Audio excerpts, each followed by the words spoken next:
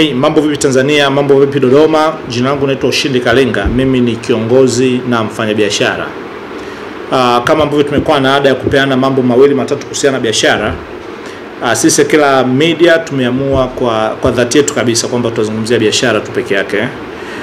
Na tunasema kama tukizidisha tutazidisha biashara, na kama ikitokea tutapunguza basi tutapunguza biashara.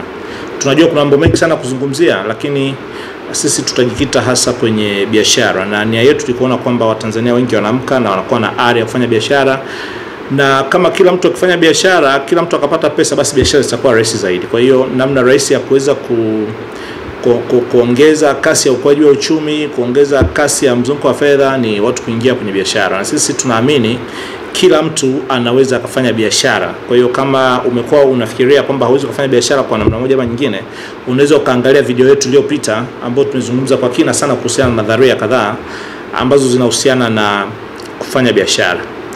Sasa leo nataka nizungumze kitu kingine ambacho kimekuwa kinawasumbua watu wengi, na nimekaa na watu mara kadhaa wananiambia of course kufanya biashara ni kitu kizuri, ni jambo jema, lakini kufanya biashara ni kazi, kwa sababu kupata watu waaminifu imekuwa ni changamoto kubwa.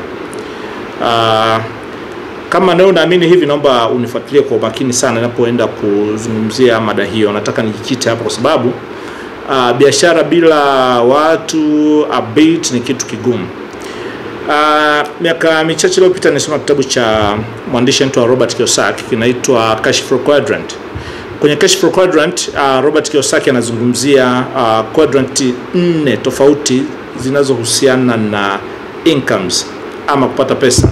Ya kwanza ameitaja kama ni biashara, akataja self employment, akataja ajira, na akataja kitu kinachoitwa uwekezaji, investment. Sasa hii ninachotaka kuzungumzia hapa leo, nataka nizungumzie biashara kwa namna ambavyo watu wengi wanaelewa, na tofauti ambayo ipo na watu wengi ambavyo huwa wanafikiri kwamba biashara ni kitu gani. Watu wengi wamejiajiri na wanafikiri kwamba wanafanya biashara. Kuna tofauti kubwa kati ya kujiajiri na kufanya biashara. Kujiajiri ni wakati ambapo biashara zako zinakutegemea wewe. Yaani kama unataka kujua kama una biashara au umejiajiri, imagine siku ukiumwa. Kama ukiumwa hauwezi kufungua duka lako, inabidi ukae nyumbani, wewe umejiajiri, hiyo sio biashara. Sawa Na kuna watu wengine pia wanafikiria kwamba wako kwenye kazi, wanataka waache kazi, wanasema kwamba ili wafanye kazi lazima wasimamie wenyewe. Hiyo ni namna nyembamba ya kufikiria kuhusu biashara, kwa sababu unapokuwa unafikiria namna hiyo ni kwamba unatoka kwenye ajira moja unaenda kwenye ajira nyingine, kwenye ajira nyingine, ama hiyo tunaita self employment. Self employment sio biashara. Self employment ni aina nyingine ya kujiajiri ambapo sasa haui na bosi mwingine. Bosi unakuwa ni wewe mwenyewe. Lakini biashara inatofautiana kidogo na self employment kwa sababu moja tu, kwa sababu biashara ina focus kwenye kujenga mifumo ambayo inakuwa inafanya kazi ya kuingizia kipato in your absence. Yani wakati haupo unaweza ukatengeneza pesa. Ukiwa umelala nyumbani, ukiwa ni mgonjwa, ukiwa uko zako likizo, umeenda zako vacation, lakini mambo yako yakawa yanaendelea. Kwa hiyo tofauti kubwa ya kujiajiri na tofauti kubwa ya kufanya biashara ni iko hapo, kwamba kama biashara yako inakutegemea wewe mwenyewe physically, kwamba lazima uwepo, basi wewe umebadilisha tu namna ya ajira, umetoka kwenye kuajiriwa umeenda kujiajiri. Biashara inataka uweze kujenga mifumo ambayo itasupport kwamba iendelee kufanya kazi hata kama wewe haupo. Sasa unapokuja kuzungumzia biashara, hapo ndio unakuja kuelewa dhana kwamba kwa nini ni muhimu sana kuwa na uwezo wa kufanya kazi na watu. Issue ambayo watu wengi wana raise, wanasema kwamba watu wengi sio waaminifu kwenye biashara. Huo ni ukweli nusu, lakini ukweli kamili ni kwamba hauwezi ukafanikiwa pasipokuwa na watu. Kwa hiyo kama unataka kufanikiwa na unataka kutamalaki kibiashara, ni lazima ujifunze kufanya kazi na watu. Some days niwahi kushare story na babu yangu mmoja, ni mfanyabiashara mkubwa sana hapa Dodoma. Akawa ananipitisha kwenye mambo kadha wa kadha kuhusiana na biashara. Nitashare story zake kidogo ambazo naweza kufundisha. Alinifundisha mfano mmoja ambao niliuelewa sana baadaye. Akaniambia kwenye biashara hakuna watu ambao sio waaminifu. kwenye biashara kuna watu ambao wana uwezo tofauti wa kuweza kuhimili majaribu unapokuja swala la pesa. Akanipa mfano miaka ya nyuma, yeye anafanya biashara ya mafuta, kwa maana ya ana vituo vya mafuta. Anasema miaka ya nyuma aliwahi kuwa na kituo cha mafuta. Alipokuwa anaanza ile biashara, akaamua amchukue mtoto wa shangazi yake amweke kwenye ile biashara ili aweze kusimamia ile biashara. Of course it was okay, ilikuwa inaenda vizuri. Lakini baadaye huyo kijana alikuwa ni graduate mpya kabisa, ametoka University of Dar es Salaam. Kwa hiyo ametoka tu chuo akaenda kupewa kuwa manager wa hicho kituo chake cha mafuta kilikuwa Mafinga, Iringa. Sasa kitu kilichotokea, yule kijana alipofanya kazi, baada ya muda kadhaa, kama baada ya miezi mitatu, akachota milioni 30, akatoroka nazo, akaondoka. Baba ananiambia of course kile kitu kilimuumiza sana, kwa sababu alikuwa ameamini kwamba yule ndugu yake aweze akafanya hivyo, kikamsumbua sana hicho kitu. Lakini baadaye akakaa reason, akaona kwamba kile kitu alichokuwa amekifanya yeye mwenyewe alikuwa amechangia kwa kiasi kikubwa, kwa sababu alimwamini mtu ambaye alikuwa hana uwezo wa kuweza kuhimili jaribu la milioni 30. Sababu yake anasema kwamba huyu kijana alikuwa ametoka bado chuoni. Kule alikuwa amezoea kupata bumu. Akipata bumu anapata shilingi 5,000 kwa siku. Akipata sana shilingi 7,000 kwa mwezi, ana kama 1,200,000. Sasa huyu kijana akija kuona milioni 40 mezani au milioni 50, anafikiri kwamba amepata pesa ambayo inaweza kumsave maisha yake yote. Sio kama unaelewa. Kwa hiyo sasa akifanya kitu kama kujaribiwa kwa hiyo amount ambayo ipo ni rahisi ukilinganisha na mtu ambaye tayari amekuwa ameshazoea kuona pesa nyingi na vitu vingine. Lakini akaenda mbali zaidi, akanipa mfano mmoja ambao uko kwenye Biblia. Kwa wale wanaosoma Biblia nafikiri wataelewa. Kuna bwana mmoja alikuwa anasafiri kwenda nchi ya mbali, alikuwa ana talanta. Kama huu mfano watu wengi nafikiri mshakusikia. Anasema alipochukua zile talanta akazigawanya, mmoja akampa 5, mwingine akampa 2, mwingine akampa 1. Alafu akapotea mjini. Akasema nikirudi hizi talanta zifanyeni kazi, nikirudi nitakuja kudai interest. Alivyoenda baada ya kurudi akaanza kutafuta charges kwa wale watu. Akitoa kwa amezalisha, alikuwa amepewa talanta 5 I think, amezalisha zimekuwa 10. Mwingine alikuwa amepewa talanta kama 2, amezalisha zimekuwa 4. Lakini yule alikuwa amepewa talanta 1, akasema yeye alikuwa ameizika na kwa hiyo hakufanya chochote kile.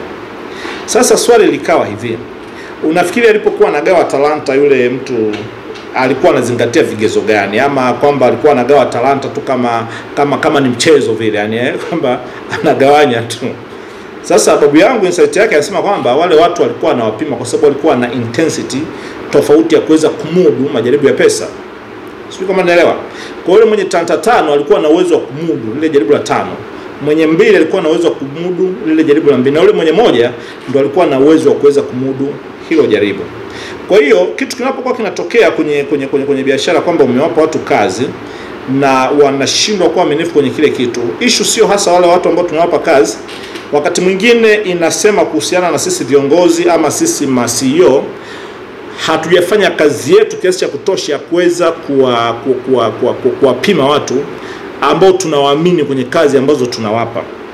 Mara nyingi ma-CEO wengi tunakosea, ama wafanyabiashara wengi tunakosea, viongozi wa biashara, kwa kutaka sana kupata watu ambao ni cheap, kwamba utamlipa mtu, sema mtu anakuja na kwambia okay, mimi unamwona kabisa huyu ni mzuri, anaweza kukusaidia kwenye biashara, akamungu akaleta akafanya mambo makubwa. Anakwambia lakini mimi nifanye hapa kazi nahitaji pengine milioni 1. Mwambie it's okay. Anakuja mwingine anakwambia okay, mimi nitakufanyia kazi, mimi okay, hata ukiniofa 200,000 itakuwa okay tu. Mara nyingi huwa tuko so much cost conscious, tunaangalia sana gharama kuliko kuangalia ile value ya mtu ambaye anaweza ka create kwenye biashara. Kwa mara nyingi huwa tunaangukia kwenye huyu mtu ambaye atatupa 200,000, alafu tukasahau kuangalia vigezo vingine kwa mtu ambaye anaweza akaongeza value. Sawa? Sasa kuna kitu ambacho ni muhimu sana kama CEO ama viongozi wa biashara. Unapokuwa unafikiria namna ya kuweza kumpata mtu ambaye anaweza kusaidia kwenye biashara, namna ya kuweza kupush kwenye biashara, ni muhimu sana ukawa na akili ambayo ni head hunting. Head hunting maana yake una analyze watu na unawataka watu kwa makusudi. Sio kuingia kwenye ile pool ambayo unakusanya ma-CV mengi ya watu ambao wanakuomba. Mara nyingi watu ambao wako sisemi kwa baya ukanielewa vibaya kwamba mara nyingi kuajiri kwa mtu ambaye anakuomba kazi ni vibaya. Hapana, inaweza ikawa vizuri wakati mwingine, kwa sababu kuna watu wengi wazuri pia tunaweza kuwapata huko, hata sio wenyewe wakati mwingine tumepata kazi kwa namna hiyo. Lakini kwa biashara ambayo imefika kwenye level ya kujielewa, kujitambua, viongozi na masio wengi inabidi mfanye kitu ambacho kinaitwa head hunting. Kama umeangalia vizuri sana kwenye mipira, kama ni mshabiki wa hizi timu zetu hizi, namna ambavyo makocha huwa wanatafutwa, yani kocha anapotafutwa kuna vitu vingi sana ambavyo vinaangaliwa. Sio gharama tu. Of course gharama ni kitu kimoja hapo unaweza consider, lakini kwa nini tunamwajiri kocha huyu, tunamwacha huyu? Kuna vitu vingi ambavyo lazima uviangalie, ufanye assessment na uangalie ile malengo ya kampuni ambayo yapo, ama malengo ya timu ambayo mnaona huyu mtu anaweza kutupeleka kwenye lengo ambalo tunalitaka. Haishi tu kwamba huyu mtu tunamwajiri atakuja kazini. Hapana, mtu ambaye tunamwajiri lazima uangalie kwamba ataweza kutuletea ile result ambayo tunaitaka. Hilo ni la kwanza. Lakini jambo la pili ni lazima uangalie CV yake sana. Unamwajiri ana uwezo kiasi gani wa kuweza kumanage rasilimali ambazo unazikabidhi mikononi mwake.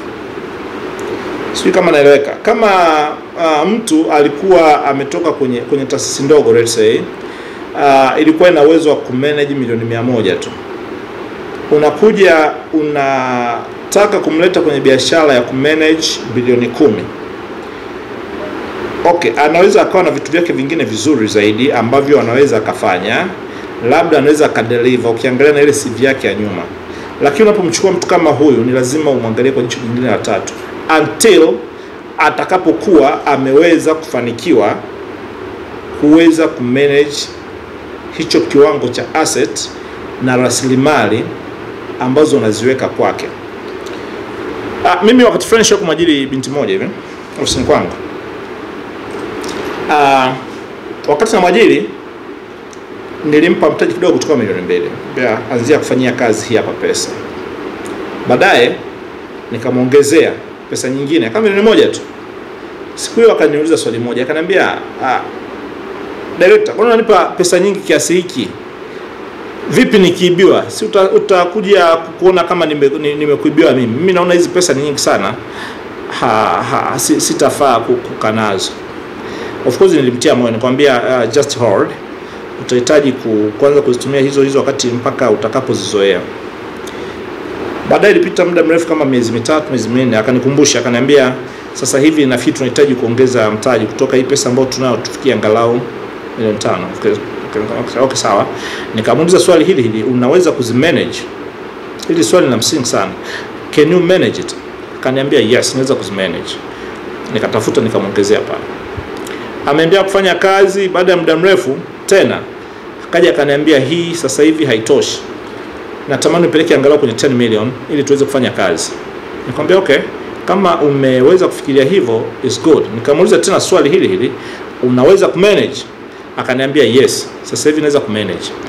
Of course simsikilizi tu kwamba amesema anaweza kumanage, lakini kama ikitokea unamkabidhi pesa kama hizo hapo, kwa nature yake, kwa background yake ambayo umetokea, lazima umpe jicho la tatu pia, kwanza kumanalyze, kumwangalia, uone kazi zake ambavyo anaweza kuzifanya. Sasa hili ni swali la msingi sana ambalo wafanyabiashara wengi wanahitaji kujua. Kwenye biashara hauwezi ukafanikiwa kama utaamua kufanya kazi wewe mwenyewe. Kuna mfano mzuri sana ambao huwa napenda kuelezea watu tunapokuwa nazungumza hiki kitu. Huwa nawaambia, have you ever ushawahi kumuona Modeuj? Wachache sana wananiambia yes, tushawahi kuona na Fezek. Lakini umeona zile biashara zake zinafanya kazi all over Tanzania sehemu zote, yuko na maduka, yuko na bidhaa, yuko na viwanda, anafanya kazi Tanzania nzima, na sio Tanzania, tunaenda mpaka Afrika. Unafikiri yeye hafanyi kazi na watu?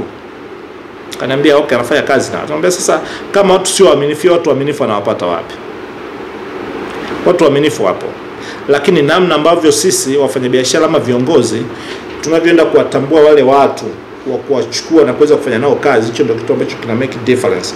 Mara nyingi hatufanyi homework yetu kiasi cha kutosha cha kuweza kuelewa watu gani ambao tunapaswa kufanya nao kazi. Na hata hawa ambao tunasema sio waaminifu, kuna namna ambavyo tunaweza tukawagroom wakakua na wakaweza kumanage hivyo vitu. Nilikuwa nakupa mfano binti yangu hapa mdogo huyo. Sawa, kama alianza na kumanage milioni 2 akaona upo milioni 3, kwa sasa hivi anaweza akauliza 10 million na anaonyesha kabisa uwezo kwamba anaweza kuzimanage. Maana yake kuna uwezekano wa kuweza kwa group, na hiyo ndio kazi ya kiongozi. Unajua, unapokuwa na watu kwenye biashara, sio vizuri sana kuwafikiria watu kama yani wa manage, kwa sababu kimsingi huwa tuna manage asset. Watu hatuwa manage. Watu tunawa lead, watu tunawaongoza kwa maana ya kuwa influence. Na kazi kubwa ya kiongozi ni kuweza kumsaidia mtu ambaye ni ordinary kuwa super ordinary. Sijui kama naeleweka. Wanaosoma Biblia watafahamu mfano mmoja wa mfalme mmoja anaitwa Daudi.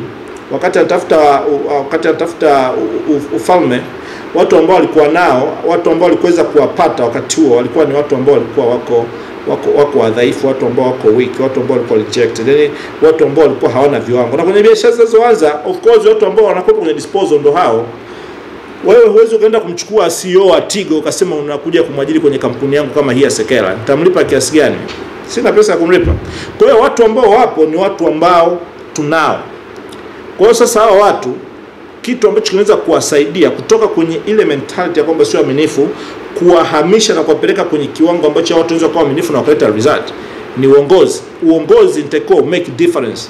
Kama kiongozi hawezi kuona mazuri kwa watu, ukaweza groom na kuyasaidia yale madhaifu yao yakaanza kuonekana ni nguvu zao, kuna nafasi kubwa sana ya uongozi ambao unakuwa unaikosea.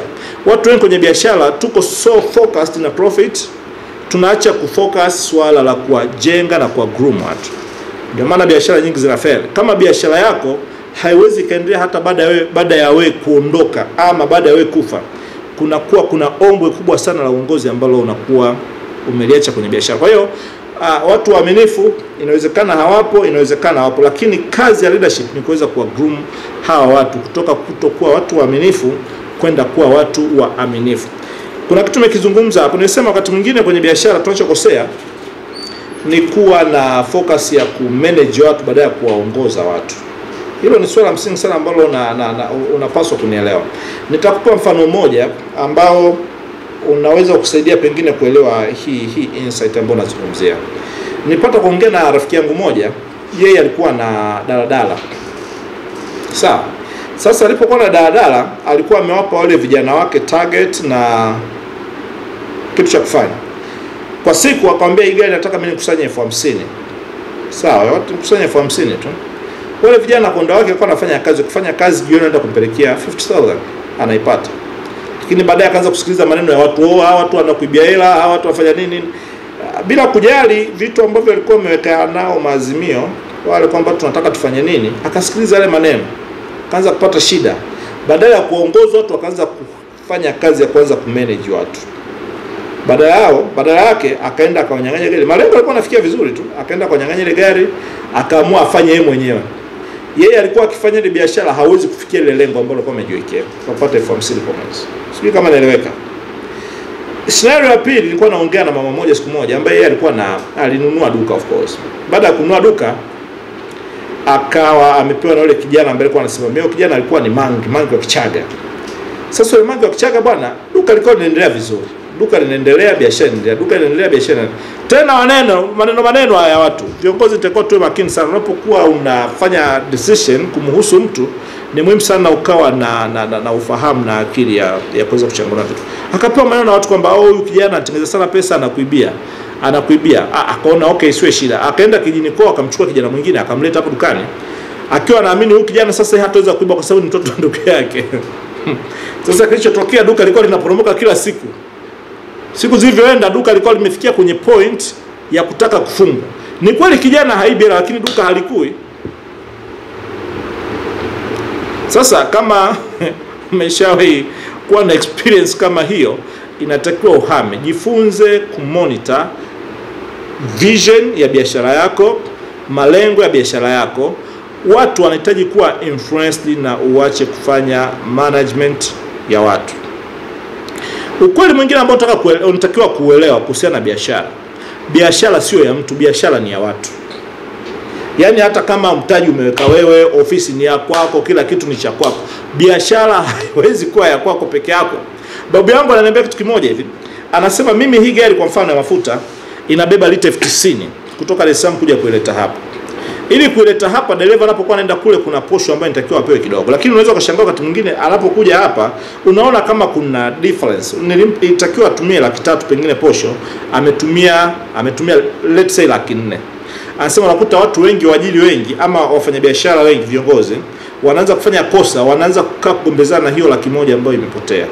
Wanasahau huyu mtu aliyebeba huko nyuma amebeba zaidi ya milioni let's say milioni 60, milioni 70. Unaweza kugombezana naye kwa sababu ya shilingi ya 100,000 ambayo inakuwa, of course utaweza kuona kama una win, lakini imagine huyu mtu anatoka hapo amekasirika, afu akienda huko barabarani anaamua kwenda kuilaza chini, kumwaga mafuta 30,000. Hicho kitu kinawezekana.